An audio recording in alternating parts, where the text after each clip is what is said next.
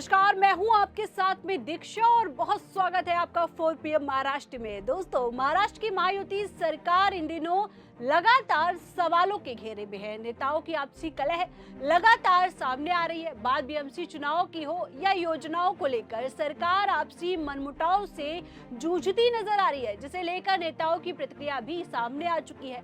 महायुति में हो रही इस हलचल की एक बड़ी वजह है बीएमसी चुनाव, जिसमें सीट बंटवारे से लेकर अन्य मामले पर आपसी विवाद बढ़ता जा रहा है। ऐसे में आपको बता दें कि मुंबई महानगर पालिका सहित राज्य की 29 महानगर पालिकाओं के चुनाव का बिगुल बज चुका है। 15 जनवरी 2026 को इन नगर पालिकाओं के लिए वोटिंग भी होगी।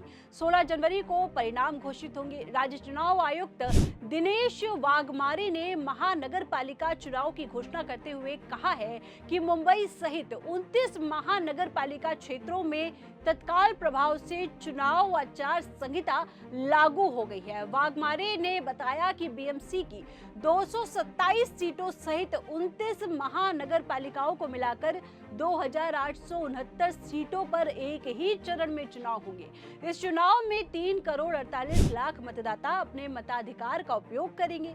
चुनाव के लिए 1 जुलाई 2025 की मतदाता सूची का उपयोग होगा। वहीं इसी बीच महाराष्ट्र सरकार में एनसीपी अजित पवार गुट के 2 मंत्रियों पर लगे गंभीर आरोपों को लेकर सियासी हलचल तेज हो गई है। आपको बता दें कि एनसीपी शरद पवार गुट के वरिष्ठ नेता सुप्रिया सुले ने इस पूरे मामले पर तीखी प्रतिक्रिया दी है। अपनी प्रतिक्रिया देते हुए उन्होंने कहा कि ऐसे घटनाक्रम महाराष्ट्र की छवि के लिए बुरे हैं और दिल्ली तक में लोग सवाल पूछ रहे हैं कि राज्य में आखिर चल क्या रहा है। सुप्रिया सुले ने कहा है कि यह बेहद दुर्भाग्यपूर्ण है कि सरकार में शामिल 2 बड़े नेताओं पर गंभीर आरोप लगे हैं। उन्होंने बताया कि दिल्ली में उनसे लोग पूछ रहे थे कि महाराष्ट्र में एक और मंत्री का विकेट गिर गया है। उनके मुताबिक इस तरह की बातें राज्य की छवि को खराब करती हैं और जनता में गलत संदेश जाता है। उन्होंने साफ कहा कि ये स्थिति किसी भी तरह से अच्छी नहीं कही जा सकती।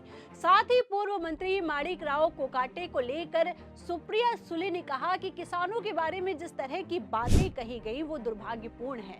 फिलहाल कोकाटे अस्पताल में भर्ती है और उन्हें सही इलाज मिलना चाहिए, ये जरूरी है। इसके साथ ही मनरेगा के नाम को लेकर केंद्र सरकार पर निशाना साधते हुए प्रिया सुले ने कहा कि महात्मा गांधी का नाम हटाने का फैसला गलत है। उनका कहना है कि इससे न सिर्फ प्रतीकात्मक नुकसान होगा बल्कि आगे चलकर राज्यों को मिलने वाली फंडिंग पर भी बुरा असर पड़ेगा।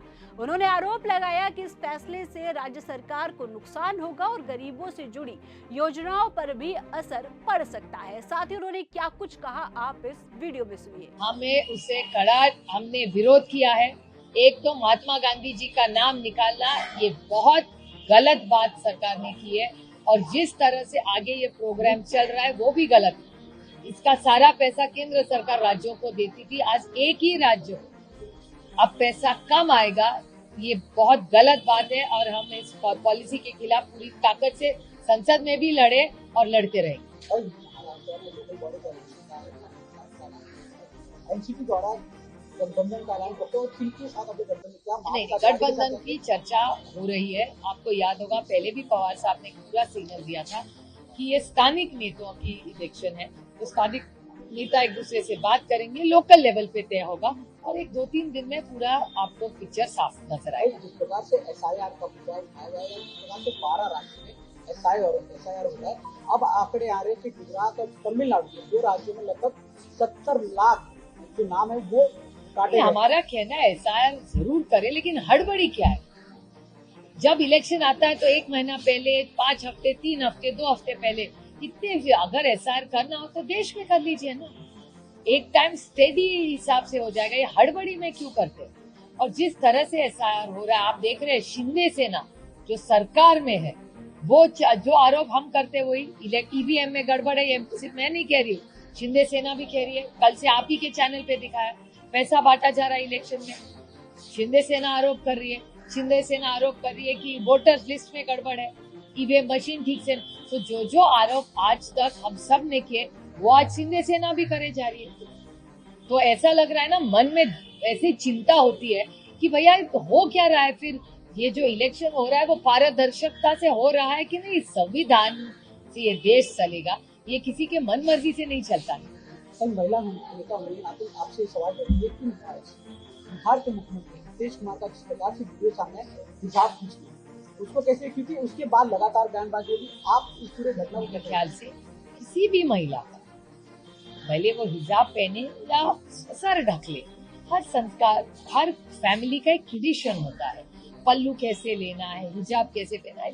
जिस घर में आप शादी होके जाती है, पैदा होती है, जिस घर में, और उनके संस्कार होते हैं, तो किसी के महिला के बारे में किसी ने भी ऐसे करना, ये तो गलत ही है ना। ये हमारे संस्कारों की बात है, ये हमारे ट्रेडिशन की बात है। भले आप सर ढके या कंधे से ले, कैसे भी, जो भी आप पहने, इसका किसी से कुछ लेना देना होना नहीं चाहिए ना। इतने बड़े वरिष्ठ नेता, हमें बहुत दुख हुआ वो देख के। मानिक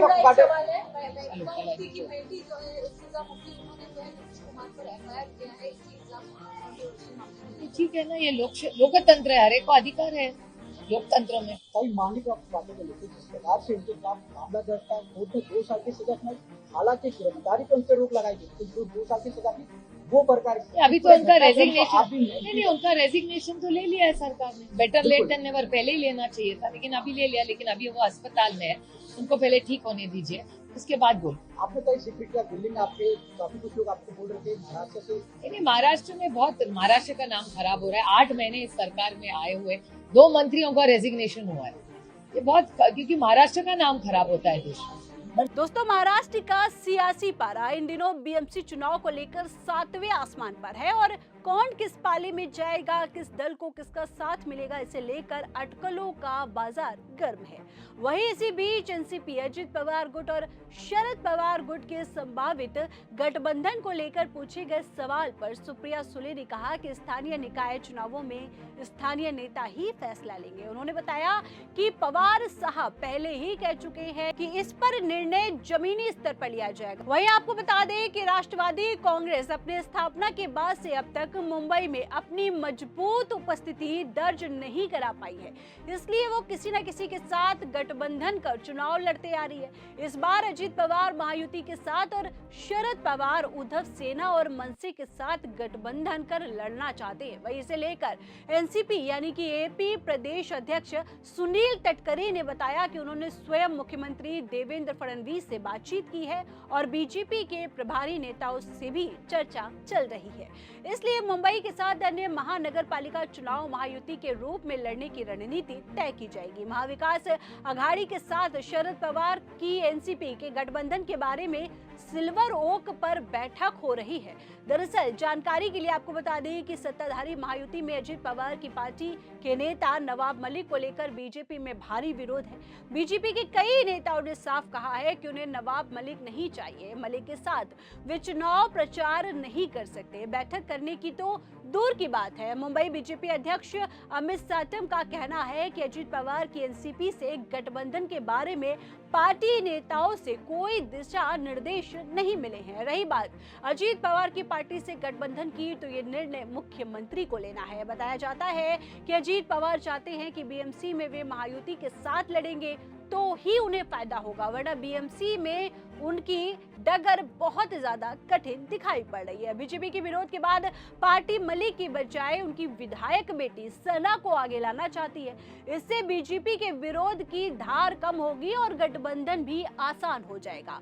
वहीं दूसरी तरफ शरद पवार उद्धव सेना और मनसे के साथ मिलकर चुनाव लड़ना चाहते हैं। इसके लिए बातचीत चल रही है, जल्द ही इसके सकारात्मक नतीजे आने की संभावना है। उधर बीएमसी में एनसीपी अब तक अपनी जोरदार उपस्थिति दर्ज नहीं करा पाई है।